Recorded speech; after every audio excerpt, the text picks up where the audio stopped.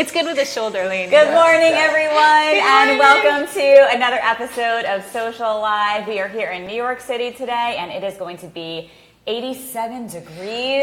I love it. You got your summer attire on. Put my romper on today. Finally ready to say goodbye to the winter blues and hello to summer sunshine. Hello, sunshine. I even got you a pair of version 1 Snapchat spectacles that you can I was putting them on earlier. They kind of match my outfit, so I'm into it. They look good, and we'll talk more about the Snapchat updates. Well, as you can see, everyone, I am joined here today by Maggie Politi. She is the co-founder of Nico Frank Productions, and she's joined us on Social Live a couple times now. Yeah, it's become a repeat thing, and I'm into it. You are a regular. You're officially a Socialfly regular. Thank you for having me again. Well, we have a lot of breaking social media news to get to before we welcome our fabulous guest, Sammy Farber, founder of The Unicorn Effect. You'll find out all about her blog and movement in just a few minutes, but Facebook had a big update this week. I cannot believe. I have been waiting for this one because why wouldn't Facebook become the #1 dating app out there? I don't know what took them so long. They have everyone's information. Bumble and all of the other dating apps use all of the data. You have to, with most of them, subscribe or log in through Facebook. Right. And Mark Zuckerberg has realized this. There are millions of single people on Facebook. Let's connect people. 200 million, they said. 200 million people. Yeah. So this is going to be a new feature that is rolling out. And Mark said this is not going to be an app for just hookups. Right, This it's is for to relationships. build real long-term relationships. One of my best friends, I won't mention her name live here, but one of my best friends met her husband on Facebook years ago. I'm talking like right around when Facebook first launched. That's how they met. Well, I've had a lot of friends that have met their husbands or wives on Tinder even, so I feel like if Tinder can do it, Facebook can certainly do it. Absolutely. They might as well capitalize on it as they do so well. But when Mark made this announcement yesterday, the stock for Match Group that owns Tinder and OkCupid and other dating apps dropped by 15%. I found that really interesting. Yes. Usually when these big updates happen with the social platforms, it does affect other companies. So who run the world? Facebook. Yes, that is true. Next time you do that, you have to sing it. Yeah, okay, all right. The other thing that was big in the social media news was Instagram has a lot of new updates coming, which is very exciting, especially for me because I love Instagram. I prefer it over any social media platform. So they are getting the support for video chats, which again, they kind of stole the idea from Snapchat, who has been doing that for a little bit now. But for me, I'm kind of excited. I love the pretty filter in Instagram. I'm not going to lie, I like it more than the Snapchat one. And I'm excited to snap people when I've just woken up in the morning and look terrible, and I could just press that little button and feel great about myself. Do you think people are still going to say, like, snap me, but on Instagram, like, snap me on Instagram? Yeah, I think so. They might. I love this update. Facebook and Instagram continue to take all the best features from Snapchat and bring it over to the platform. And as we talk about basically every single week on Social Live, Snapchat is great at innovating, but Instagram is even better at taking the innovations from Snapchat and bringing it over to the platform. There's even more features that are going to be rolling out over the next few weeks. There's going to be a slow motion feature for stories, again, similar to Snapchat. I love that. There's going to be the ability to mute profiles, so you won't have to unfollow people anymore, where you can actually see when people unfollow you, which I find, and Courtney and I talk about this all the time, it's so sad when someone unfollows you. It is. It's hurtful. I have the unfollow app or whatever, and I check it, and I'll be like, dang, they unfollowed me. Why? What did I do? Have you ever reached out to someone and said, why did you unfollow me? I don't think so. Do a little call out? It's a little much. I know. You're also going to have the ability to have a calendar for your stories, which is going to show you what you've posted on what day and gives you a snapshot of the content. So if you don't remember all the stories you're posting, and some people post tons of stories every day, you'll have the whole calendar recap. You're also going to be able to see your stories' reactions, and you're going to have the capacity to tag your Facebook friends in your Instagram post. So this means even people who aren't using Instagram, you can tag your Facebook friends. I just can't believe people aren't using Instagram. I guess that's the thing that I'm most confused at. Like, why would someone have Facebook and not Instagram? Well, some of the older audience, some people aren't on Instagram. That's true. There are a lot of older people on Instagram, but there's the millennial demographic. They are all over our Instagram. And they also said they're going to be changing the Explore tab. So I know a lot of times when I look at my Instagram, I'll go to the Explore tab and there'll be things that I'm not really interested in, but they're getting a lot of views. And so now they're going to be catering that more to like the things that you love and the things that you've been liking and commenting on. So I think that's kind of cool as well. Yeah, no, I think that's great. For me, I get just a lot of videos of puppies now. Bulldog puppies. That's basically all I see in my... And that's amazing. It's relevant, so it's working. And then we still have to talk about Snapchat. They do have some really big updates over the past few weeks. They are launching Snappables, which is an AR game that your touch, motion, and facial expressions is used to compete for high scores with friends. So I'm actually interested. I feel like the younger users, 13, 14, 15, 16-year-olds, they're going to love playing this game. For me, if I were playing this game, I'm going to probably look like a crazy person, walking around trying to catch bubbles. The rest of the people at work probably won't be doing it, but I can see this being really big in high schools and even colleges or even at parties or something at night, having like a goof off time and having fun. But I personally don't see myself doing it just because I'd rather be doing more sophisticated things like playing Candy Crush. You're still playing Candy Crush? Yeah, I am. I'm on level 456. Are you serious? I'm very proud of that. I would be proud of that too. However, I did quit Candy Crush cold turkey. I think it was about 3 years ago because I was staying up about an hour later every single night and losing sleep, and I would dream about candies.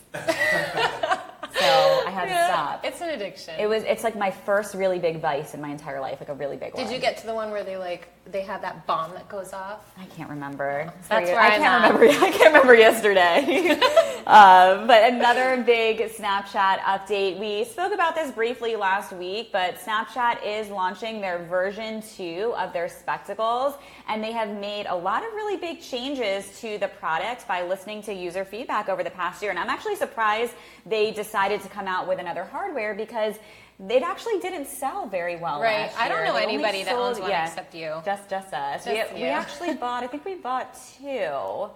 Maybe we bought 3, but these are the ones that we have here in the office. So some of the things that are different this year versus last year, you're actually going to be able to take photos now, not just videos. So if you want to borrow these, Maggie, only videos for you, and you can't go underwater. The new version, you'll be able to go underwater. You will also have 4 times the battery life.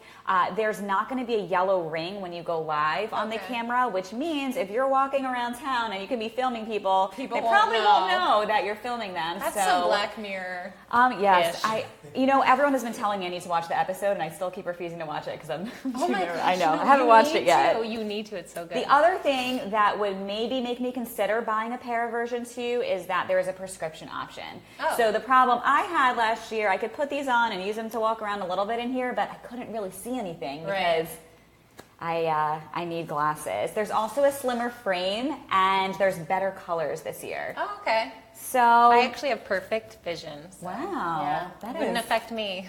Well, you can, if you want to borrow these, you can have anyone who wants to borrow version 1, you can borrow version 1. We're still debating on whether we're going to buy version 2. I think it's cool they're underwater capable. I can't imagine people wearing them underwater, but I guess if you're in the pool or you're on vacation or you're swimming in the ocean and you want to Snapchat with a shark, otherwise, I just don't get it. Yeah, so we'll see what happens. They are not going to be doing the vending machine and the whole craze where they built up the anticipation of the launch last year. They are just going to be available on the website over the next few weeks. Cool. And let's see what happens. Snapchat is running TV commercials because I did see one the other day. I did too. They are advertising. Well, that is all of our breaking social media news for this week. Lots of big updates. And we are so excited now to welcome to the show Sammy Farber, founder of Recovery Eats and the Unicorn Effect. Welcome to SocialLIVE, Sammy. Thank you. This has been a long time coming. It Sammy has. and I met several months ago, and she is doing some incredible things. I would love for you to introduce yourself to our SocialLIVE viewers and tell everyone who you are and why you're here. I mean, as you said, Sammy Farber. A lot of people know me as Recovery Eats, which is just so strange. But yeah, I think that we met when I was kind of getting the idea of my nonprofit, the Unicorn Effect, and when Recovery Eats was really just first going live, honestly. And since then, it's just exploded, and it's crazy. Congratulations. Thank you. You know, oftentimes you talk about having an anti-diet life. Can you talk about that more and elaborate on that? Yeah, so obviously, the whole thing behind Recovery Eats is eating disorder awareness. And about a year ago, I was pretty much, dying. And as morbid as that is. But, I really said to myself, what is going on? I don't know how to get myself out of this. I went to treatment in July, and I finished treatment in, I think, December. And I really had to kind of get this mentality that, as a New Yorker and as, a kid growing up in the diet culture, it's something that I had to say, okay, this is not going to be an aspect of my life anymore. And I tend to be a very black and white person. But with this, it's extremely necessary. And it's not saying, anti-diet, do whatever you want, eat whatever you want, whenever you want. It's about listening to your body and understanding what makes you feel good and knowing that there are no limits on anything. And I think that that's really the key because, I hear time and time again, people are like, oh, I can't keep this type of cookie in my house because I'm just going to eat all of it and I can't keep it there. I can only have it on special occasions. And what I've learned, because I had that same mentality, was that I had to keep those in my house. And yes, sometimes you eat a little bit more, sometimes you don't. But when you realize that they're there, it's that allowance factor and that, availability. It's almost like when you're dating someone, if they're available, you're not really chasing them as much. So you don't have a craving for it. So you started the Unicorn Effect, and this was after you got out of treatment. What really led you to start it? And can you tell us a little bit more about the nonprofit and what your goals are, what you want to do? Yeah, so when I was in treatment, as we all know, insurance is not exactly your best friend when it comes to mental health. And unfortunately, for things like residential treatment, it is just not, it's something that you're battling every single day. So when it comes to treatment and insurance, they kind of say, it's based on your weight and not really your health status when it comes to your mind, but more on paper. So they decide how long someone needs. They don't discuss it with the clinical team. It's not, and it's really up to you to fight that battle. And I had to battle it every single week. And when you're fighting a disease that you're not even sure if you want to recover, and then the number one thing that people think is that they're not sick enough to get better. And insurance, basically, when they say that you're not at a low enough weight, is basically telling you you're not sick enough. So I came out of treatment, really just kind of upset with insurance, and I wanted to kind of defeat them. And I kind of got off of my high horse there and said, if you can't beat them, join them. So with the Unicorn Effect, what I want to do is essentially have a bank available for treatment centers so that when insurance essentially cuts their client after a certain period of time, if it's due to weight restoration or anything that happens that has to do with weight and the clinical team feels that they are not ready, I want them to be able to reach into it without involving the client and saying hey, this is how much we need, we're going to grant it to this client, rather than other organizations will have a client kind of apply for it like a scholarship. And again, it becomes kind of survival of the sickest. And it's just not necessary, especially, when you're up to a point where you need residential treatment, it's more of an intervention type of thing. You're not kind of signing up for it ready to go, even though it's voluntary. It's very, you're not really ready for it. So. Wow. Yeah. So can you talk a little bit about social media and how it has advanced your blog and has it helped you in the recovery process and the whole world?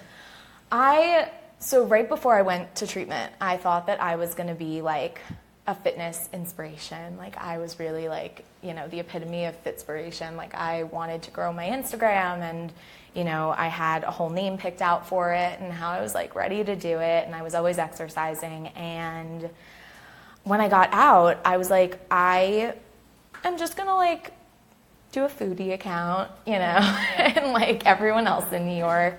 And I named it Recovery Eats because I kind of just wanted a spin on what I was doing and something different. And it's actually really hard for me to post the foods that I'm eating. because it's almost really shameful sometimes, especially in New York. It's like people are like, I know my mom once told me that one of her friends like called her and was like, is she really eating that? And it's like, what does that mean, you know? But it's a challenge for me, and I'm really into opposite action. So when anything kind of, you know, worries me or kind of wakes up my eating disorder in a way, I like to challenge it. So with Instagram, I created Recovery Eats for literally no means what it was going to be or what it is now. And what I did with my blog was I'm very into journaling. And I agreed that I was going to take this opportunity to be on this journey and show the world what recovery looks like, because usually when you hear about eating disorder awareness, it's usually someone in the trenches or someone who is fully recovered or in recovery for years. And I wanted to take the opportunity to use my voice and, you know, just say, look, this is what I'm dealing with. It's not, you know, every day is amazing or horrible. I kind of just show it all, and I have no filter. It's just one of those things that's like, you know, great but not great sometimes. But I think with social media, it's just really allowed me to reach an audience where I have very loyal followers who will message me every day. I mean, I spread myself too thin sometimes, but it's one of those things that I really love, and I take it on as a full-time job. Have you met up with people in real life that you've met on Instagram now? Yeah. And started making real friendships and connections? Completely. One of the things that's really hard about Instagram is that you feel like you have all these people, and then in reality you don't really have anyone because they're all online. But what's incredible is that like one of my newfound like best friends is strictly from Instagram, and I'm meeting one of my other friends in a couple weeks at the Nita Walk in Boston. And it's really interesting to kind of grow this community. And one thing with recovery that's really hard is that I also have to grow a community that's outside of eating disorders, because you can sometimes entrench yourself in it and then you're just stuck there. Right. And I don't want to be a person in recovery the rest of my life. I want to be fully recovered, right. Which is why I kind of just move my journey along and bring people along with it, because if I was just an advocate for recovery, it wouldn't be something that can evolve, whereas like I'm an advocate for eating disorders currently in recovery. Right. So that's kind of where it is a little different. And when we first met, you were starting the I Will Gain campaign on Instagram. Yeah. How has that taken off, and what's happened from that? I mean, it's something that I launch for New Year's, and I'm excited for next year because I didn't have anywhere near, I don't even think I had half the following that I have now. And it's just something that every single year, like a lot of people, New Year's was something that resolutions were a huge deal. And it was always a diet. It was always focusing on what I was going to lose and, you know, what I was going to restrict and what I was going to cut out. And this year I kind of just thought to myself, I was like, why do people like welcome a new year and think that it's going to be this amazing thing when the first thing they're focusing on is what they're going to restrict or lose or, you know, and it just seemed kind of silly to me. So my I Will Gain campaign was to inspire those to kind of take a step back from the regular resolution and say like, okay, what am I going to gain this year? And it definitely freaked a couple people out because they were like, oh my God, wait, and you know, everything. And I was like, no, that's not what we're talking about here. Like, it's not, one of my biggest things that I learned in recovery was, you know, my biggest fear going into it was eating food will make you gain and restricting food would make you lose. And I spent a lot of time in recovery in treatment, trying to kind of flip that and realize that it was a disordered thought. But it wasn't disordered. It was just kind of the perspective that I was taking on it. So, you know, eating food does make me gain and restricting it does make me lose, but not one part of that statement has to do with weight. Mm-hmm. So I think that that's something that people often forget. And that's why I kind of said, you know, I'm not going to do the new year, new me. I'm going to do new year, new glasses, same me, you know, just a new perspective. So. Well, I like that hashtag too, because it's like you can gain new friendships, you can gain new business opportunities, you can gain a new sense of self, new passions that you love, things like that. I love that. Yeah. It's really inspirational. Yeah, it's kind of crazy, but it's, gaining was something that scared me the most, and it definitely still does. But then you kind of have to focus on what it is that you're talking about, and I think that that's kind of what it comes down to, and it's just so much more in life, like just reframing the thoughts and kind of thinking about words. Like I think that society, and especially social media, has botched, words like healthy and strong and strength, to make you think of, dieting or physical strength or, but now I think of strong as like a healthy heart and, a strong mind, and, vulnerability I think of as a strength, not a weakness. And, it's not so much, I don't want to be a fitspiration anymore. Like I would rather be an inspiration and that's it. Right. So, yeah. Well, you're definitely an inspiration to so many, and I love how you have turned this journey of yours into something that is going to help so many people out there, and you're using the power of social media to connect with others and to help people. So where can everyone follow you at Recovery Eats and also the Unicorn Effect? Can people donate to the nonprofit yet? Yeah, so right now it's on GoFundMe. Okay. But we're trying to move it off of that. We actually I just signed papers for it. So Great. It's kind of insane to think about it. Like I was on the phone with my dad this morning, and it's like a year ago. This was not even, Well, you're going to do crazy. Great things. So you can follow Sammy at Recovery Eats on Instagram and her nonprofit, The Unicorn Effect, and we will share links to her GoFundMe as well. Please share this episode today to raise awareness for this incredible cause, and congratulations to you for sharing your story and putting everything out there and helping other people. I hope everyone has a great week. Thank you guys so much for tuning in, and we will see you next week with Scott Rogalski here on SocialLIVE to talk more about M Squared. We will see you guys then. Have a good one. Bye.